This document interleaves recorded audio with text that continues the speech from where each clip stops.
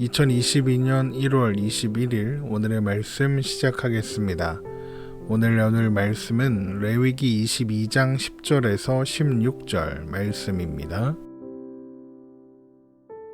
일반인은 성물을 먹지 못할 것이며 제사장의 객이나 품꾼도 다 성물을 먹지 못할 것이니라.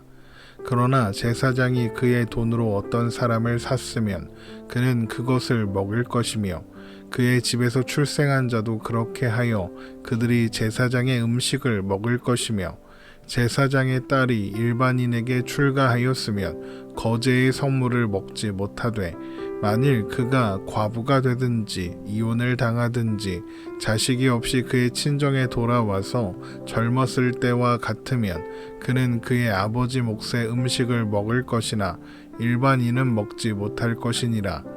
만일 누가 부지 중에 성물을 먹으면 그 성물에 그것의 5분의 1을 더하여 제사장에게 줄지니라. 이스라엘 자손이 여호와께 드리는 성물을 그들은 속되게 하지 말지니 그들이 성물을 먹으면 그 죄로 인하여 형벌을 받게 할 것이니라.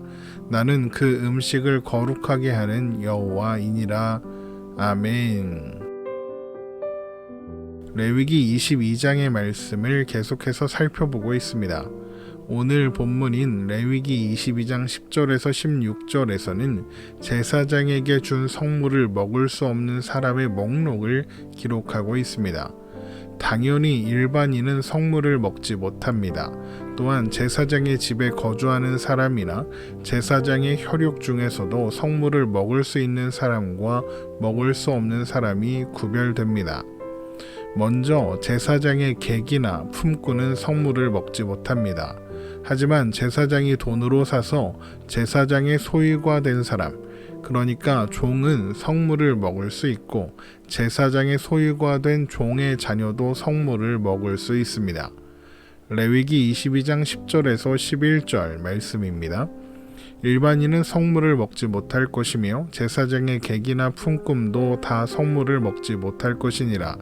그러나 제사장이 그의 돈으로 어떤 사람을 샀으면 그는 그것을 먹을 것이며 그의 집에서 출생한 자도 그렇게 하여 그들이 제사장의 음식을 먹을 것이며 이것을 통해서 우리는 제사장이 사서 종으로 삼은 사람과 그 가족들도 제사장 집안의 일원으로 간주되고 있다는 것을 알 수 있습니다.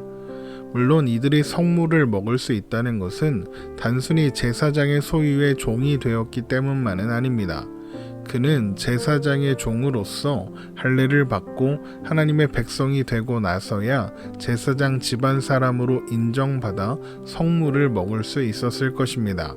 왜냐하면 하나님은 동족인 유대인들을 그가 가난하여 자신을 팔게 되더라도 종으로 삼아 부리거나 팔지 말고 품꾼과 동거인으로 대하고 돈으로 사서 소유로 삼아 종으로 부릴 수 있는 사람은 이방인 중에서만 취하도록 하셨기 때문입니다. 그래서 제사장이 사서 소유로 삼았다면 그 또한 이방인일 것이죠. 이스라엘 백성은 하나님의 소유된 백성입니다. 그러므로 만일 이스라엘 백성들이 이방인을 사서 소유로 삼는다면 그 이방인 또한 하나님의 소유가 됩니다. 그러므로 이스라엘 백성의 종이 되는 사람은 할례를 받고 하나님의 백성이 되어야 하는 것이죠. 더욱이 제사장의 집의 종이라면 더욱 그러해야 할 것입니다. 이것은 종마저도 배려하시는 하나님의 은혜다라고 말할 수 있습니다. 그가 비록 종으로 팔려 왔다 해도 그 또한 할례받은 하나님의 소유된 백성이므로 비록 종으로서 여러 가지 제약은 있겠으나 주인이라고 해서 그를 함부로 대하거나 학대해서는 안 되는 것이죠. 소유로 삼아 종으로 부릴 수 있는 사람에 대한 규례는 레위기 25장에 가서 자세히 다루게 될 것이기 때문에 오늘은 이렇게 하나님께서 이방인만 돈으로 사서 소유로 삼을 수 있게 하셨다는 것만 확인하면 되겠습니다. 오늘 본문으로 다시 돌아와서 제사장의 딸은 출가하기 전에는 성물을 먹을 수 있지만 출가한 이후에는 성물을 먹을 수 없습니다. 하지만 출가했던 딸이 과부가 되거나 이혼을 당했거나 자식이 없어 친정으로 돌아오게 되면 다시 성물을 먹을 수 있습니다. 레위기 22장 12절에서 13절입니다. 제사장의 딸이 일반인에게 출가하였으면 거제의 성물을 먹지 못하되 만일 그가 과부가 되든지 이혼을 당하든지 자식이 없이 그의 친정에 돌아와서 젊었을 때와 같으면 그는 그의 아버지 몫의 음식을 먹을 것이나 일반인은 먹지 못할 것이니라. 만일 누가 부지 중에라도 성물을 먹으면 그는 자신의 먹은 성물의 양의 5분의 1을 더하여 제사장에게 주어야 합니다. 레위기 22장 14절입니다. 만일 누가 부지 중에 성물을 먹으면 그 성물의 그것의 5분의 1을 더하여 제사장에게 줄지니라. 이렇게 성물을 아무나 함부로 먹으면 안 되는 그 이유는 그것이 이스라엘 백성들이 하나님께 드린 성물이기 때문이며 또한 하나님께서 그것을 받아 거룩하게 구별하셨기 때문입니다. 레위기 22장 15절에서 16절 말씀입니다. 이스라엘 자손이 여호와께 드리는 성물을 그들은 속되게 하지 말지니 그들이 성물을 먹으면 그 죄로 인하여 형벌을 받게 할 것이니라. 나는 그 음식을 거룩하게 하는 여호와이니라. 그러므로 제사장들이 먹는 성물은 하나님의 소유입니다. 또한 이것은 성물은 백성들이 제사장에게 준 것이 아니라 하나님께서 제사장들에게 주셨다는 의미이기도 합니다. 제사장들의 삶을 책임지는 것은 백성들이 아니라 그들을 하나님의 소유로 삼으신 하나님이시라는 것이죠. 민수기 18장 20절입니다. 여호와께서 또 아론에게 이르시되 너는 이스라엘 자손의 땅에 기업도 없겠고 그들 중에 아무 분깃도 없을 것이나 내가 이스라엘 자손 중에 내 분깃이요 내 기업이니라. 그런데 하나님께서 제사장들의 삶을 책임지시는 방식이 무엇이죠? 물론 초자연적인 방법으로 혹은 그들에게 넉넉한 땅을 기업으로 주셔서도 가능할 겁니다. 그런데 하나님은 제사장들과 또 그에 속한 레위 자손들은 그런 방법 대신에 백성들이 하나님께 드리는 성물을 통해서 제사장들과 레위 자손들의 삶을 책임지시기로 하셨습니다. 민수기 18장 21절입니다. 내가 이스라엘의 11조를 레위 자손에게 기업으로 다 주어서 그들이 하는 일 곧 회막에서 하는 일을 갚나니. 그래서 제사장과 또 레위인들의 소득은 이스라엘 백성들의 신앙 수준에 따라 많아질 수도 적어질 수도 있겠죠. 물론 백성들이 11조를 비롯한 성물을 드린다고 해서 제사장들이 다른 백성들보다 더 풍요롭고 여유롭게 살 수 있는 것은 아닙니다. 11지파의 11조로 한 지파가 먹고 살게 되는 것이기 때문입니다. 그래서 그 삶의 수준이 다른 지파와 비슷하거나 낮더라도 아주 조금 정도 나은 정도의 수준에서 생활이 유지될 것입니다. 그런데 이런 방식에는 뻔히 보이는 맹점 혹은 단점이 있습니다. 바로 백성들이 하나님께 성물을 드리지 않으면 제사장들의 삶이 궁핍해질 수밖에 없다는 거죠. 그러면 제사장들이 그 삶을 유지하려면 어떻게 해야 할까요? 백성들이 하나님을 잘 믿을 수 있도록 제대로 본이 되고 제대로 잘 가르치면 됩니다. 하나님은 제사장이 백성들의 어른이라고 하셨죠. 레위기 21장 4절을 보겠습니다. 제사장은 그의 백성의 어른인즉 자신을 더럽혀 속되게 하지 말지니라. 제사장들이 왜 백성의 어른이 됩니까? 하나님께서 제사장들에게 거룩하고 속된 것, 정하고 부정한 것을 분별하고 하나님께서 명하신 모든 규례를 이스라엘 백성들에게 가르치는 역할을 맡기셨기 때문입니다. 레위기 10장 10절에서 11절 말씀입니다. 그리하여야 너희가 거룩하고 속된 것을 분별하며 부정하고 정한 것을 분별하고 또 나 여호와가 모세를 통하여 모든 규례를 이스라엘 자손에게 가르치리라. 그래서 제사장들은 백성들의 본이 되고 기준이 되어야 하는 겁니다. 그런데 제사장들이 그 역할을 잘 수행하려면 백성들의 상태와 상황이 어떠한지 알 수 있는 기준점, 그러니까 바로미터 같은 것이 필요하지 않겠습니까? 그러면 제사장들이 가장 민감하고 빠르게 백성들의 상태를 파악할 수 있는 그 바로미터가 무엇일까요? 직장을 다니는 노동자들에게 제일 민감한 게 무엇일까요? 바로 월급입니다. 월급이 적게 나왔다 금방 눈치챕니다. 제사장들이 백성들의 상태를 가장 민감하게 빠르게 파악할 수 있는 방법도 바로 이것입니다. 제사장들의 소득이 줄어들었다는 것은 백성들이 드리는 성물이 줄었다는 것을 의미하고, 백성들이 드리는 성물이 줄어들고 있다는 것은 그들의 신앙에 문제가 생겼다는 의미겠죠. 그러면 제사장들은 어떻게 해야 하겠습니까? 11조가 줄었으니 더 바쳐라, 이렇게 해야 할까요? 아니면 백성들이 듣고 싶은 말을 해주고 바라는 것을 해결해줘서, 그러니까 백성들의 비위를 맞춰줘서 제사장들을 위해 더 많은 성물을 가져오게 하면 그러면 될까요?